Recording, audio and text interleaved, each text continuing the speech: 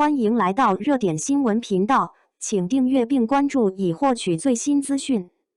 11天播完40集，结局恋人变兄妹。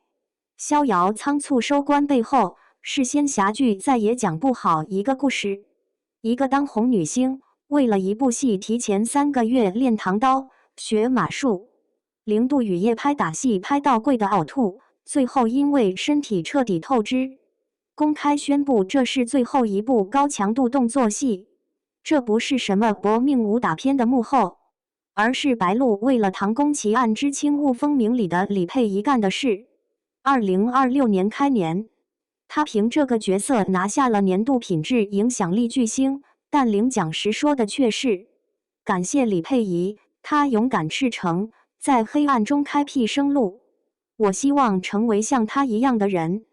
这话听着挺燃，可代价是体重暴跌到86斤，免疫系统紊乱，甚至对鸡蛋都过敏了。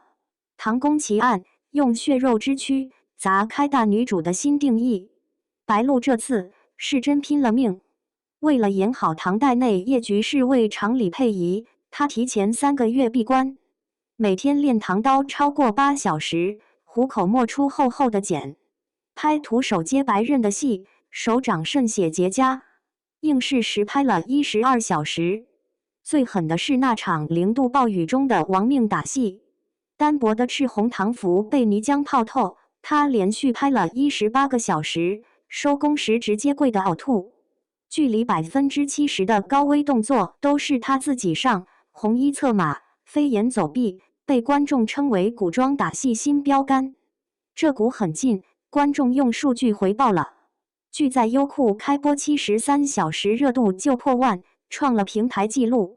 抖音话题播放量超过50亿，全网播放量日冠拿了20天。央视8套和东方卫视抢着连播，大家追的不是傻白甜，而是一个武力值爆表、智商在线、亲手为家族复仇的风飒女官。李佩仪雨中挥刀，红衣策马追凶的镜头，成了2026年开年最出圈的暴力美学画面。白鹿靠这个角色完成了从古偶甜妹到能打能扛的硬核转型，但她也直言身体扛不住了，以后不接这么狠的活了。成何体统，一场射训妖妃的绝地反击。当白鹿在雨夜里搏杀时，另一边的王楚然正靠一部反套路穿越剧打了一场漂亮的翻身仗。成何体统开播前，很多人等着看这位冷美人的笑话，结果呢？她演的于婉英，人前是祸国妖妃，人后是熬夜用 Excel 算权谋的现代社畜。这种反差，直接把美则美以缺乏灵魂的标签撕了个粉碎。剧集数据很能打，爱奇艺热度开播24小时冲到8600，3天就破了9000。全网累计有效播放量超过8.35亿。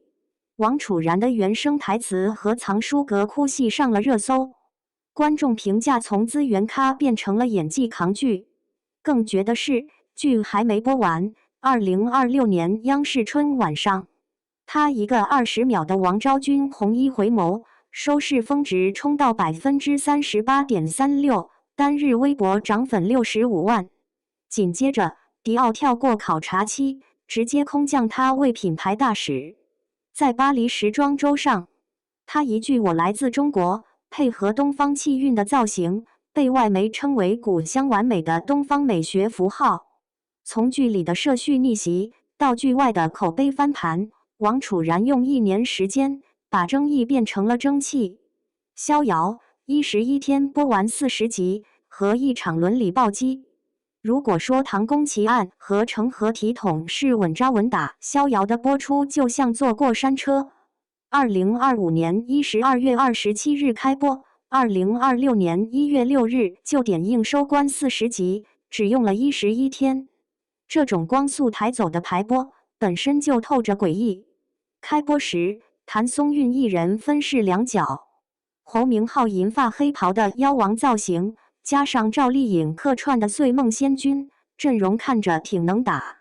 在央视8套，收视率一度稳定在0.5%左右。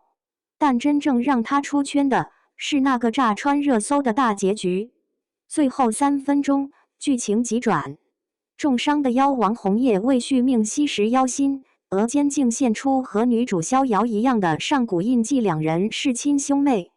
前一秒观众还在期待大婚，后一秒就被恋人变兄妹的伦理暴击砸懵了。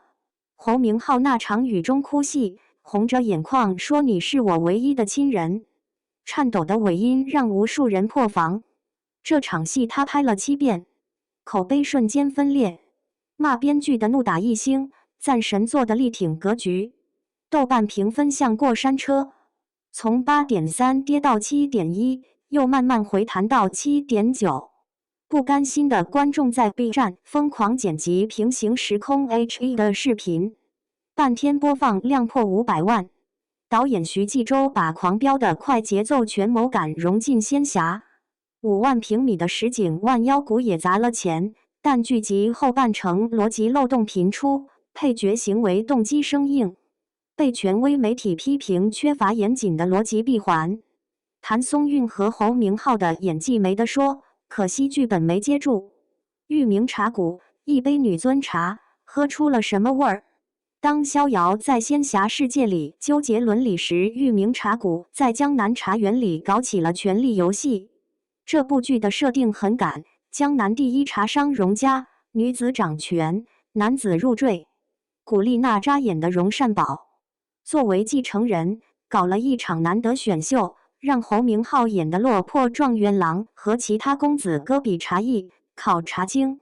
开播10天，播放量破3亿，抖音话题29亿，海外也火 ，Disney 加榜单排第2，越南平台收视第1。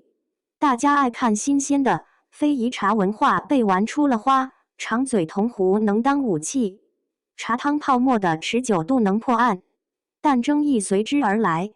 豆瓣开分6.8，很多人觉得这女尊是假的，表面是女人选男人，内核还是一女对7男的雄竞，只不过把后宫妃嫔争宠换成了男人为大小姐扯头花。有评论一针见血，这更像一场性别对调的情感游戏，而非真正的权力结构重构。侯明昊演的陆将来，从傲气书生到为爱放弃一切的茶戏腹黑男，一段16秒的蓝袍批发哭戏被夸封神。古力娜扎的茶农造型美出圈，但演技仍被部分观众认为眼神空洞。于正想用女尊加非遗加悬疑的配方再造爆款，但观众似乎越来越清醒，贴个女本位的标签容易，讲好一个从女性骨血里长出来的故事难。